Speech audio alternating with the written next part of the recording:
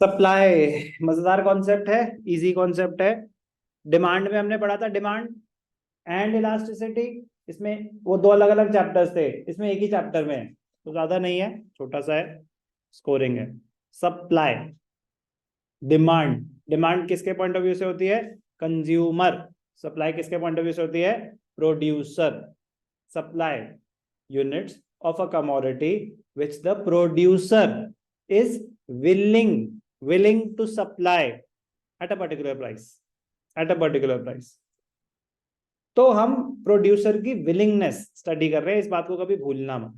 हम क्या स्टडी कर रहे हैं? प्रोड्यूसर की विलिंगनेस। विलिंगनेस की मतलब उसकी इच्छा क्या है। अगर भाई साहब आपको 500 रुपए घंटा मिले तो आप कितने बच्चे पढ़ाना चाहेंगे? 1000 रुपए घंटा मिले, 2000 रुपए मिले, 50,000 रुपए मिले, विलिंगनेस पूछ रहे हैं, विलिंगनेस पूछ रहे हैं। तो कंज्यूमर की विलिंगनेस डिमांड, प्रोड्यूसर की विलिंगनेस सप्लाई। कंज्यूमर अपनी विलिंगनेस किस चीज के पॉइंट ऑफ व्यू से बताता था? मतलब वो कैसे डिसाइड करता था कंज्यूम करूं कि ना करूं? अपनी सेटिस्फैक्शन को माइंड में रखते हुए कि वो कमोडिटी उसको कितनी सेटिस्फैक्शन दे रही है। Law of diminishing marginal utility, as we consume more and more the additional satisfaction will keep on falling. Consumer ये डिसाइड करता था कि ये कमोडिटी कंज्यूम करके मुझे सेटिस्फैक्शन कितनी मिल रही है। कंज्यूमर की दुनिया, कंज्यूमर की दुनिया। प्रोड्यूसर का कंज्यूमर से कोई लेना देना नहीं है। जब हम प्रोड्यूसर का बिहेवियर स्टडी कर रहे हैं तो कंज्यूमर का कोई लेना देना नहीं है। कंज्यूमर का बिहेवियर स्टडी कर लिया, अब हम प्रोड्यूसर का बिहेवियर स्टडी कर रहे हैं। दोनों यूज होंगे नेक्स्ट यूनिट में, forms of market and price determination, दोनों यूज होंगे। तो प्रोड्यूसर बिहेवियर आप कर सकते हो बिना कंज्यूमर बिहेवियर करे, मार्केट इक्विलिब्रियम नहीं कर सकते। सो प्लीज बैकएंड पे उसकी रिवीजन शुरू कर दो। चलो, सप्लाई, सप्लाई किसके पॉइंट ऑफ व्यू से है? प्रोड्यूसर के पॉइंट ऑफ व्यू से। हम उसकी विलिंगनेस स्टडी कर रहे हैं कि वो कितनी यूनिट्स बेचना चाहेगा डिफरेंट डिफरेंट प्राइसेस पे। क्या होता है लॉ ऑफ सप्लाई?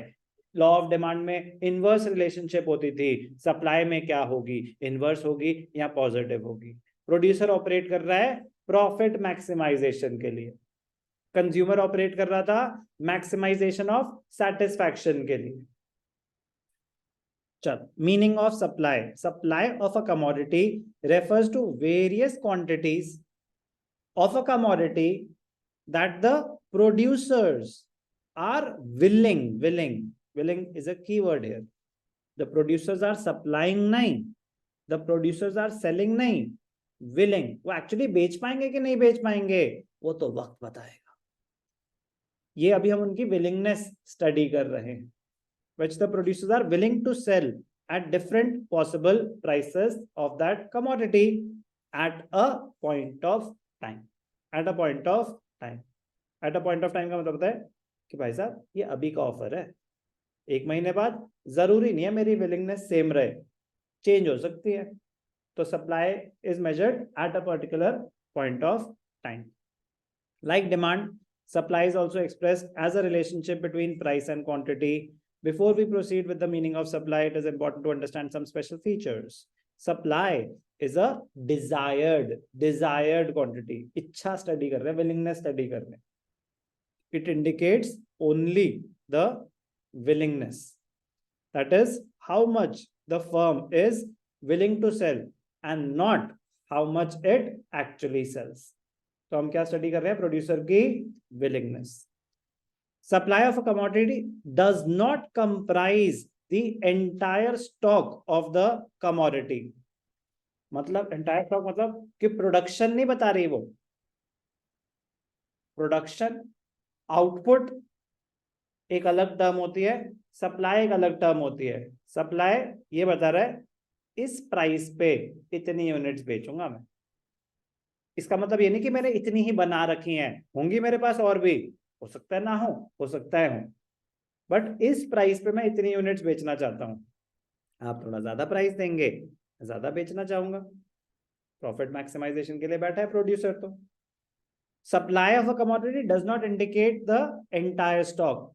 आउटपुट नहीं बता रहा, आउटपुट अलग टर्म है, सप्लाई अलग टर्म है।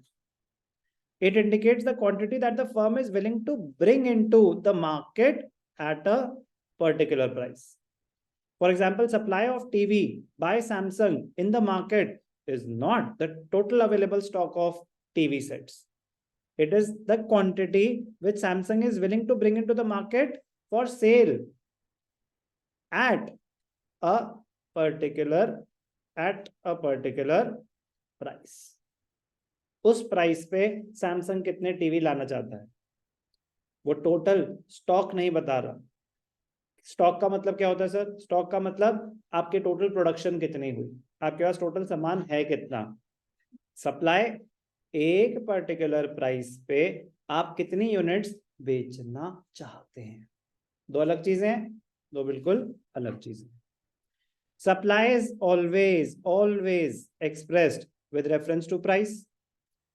Supply is always with respect to a period of time. जैसे बताया ना कि at a point of time. तो definition बड़ी clear है.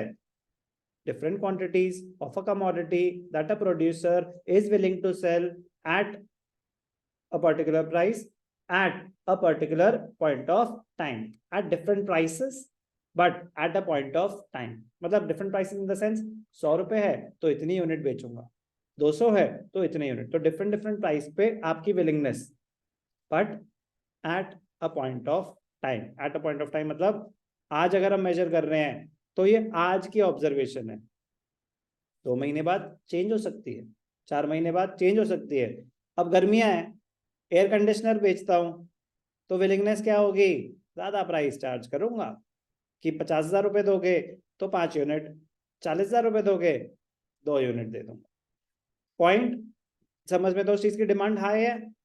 अब विंटर्स हैं, एयर कंडीशनर है, अरे भाई साहब आप 30,000 में ले जाओ 5. बात समझ आई? विलिंगनेस अब चेंज हो गई ना. At a point of time का मतलब उस सिचुएशन में. समझ आया उसका रेलेवेंस?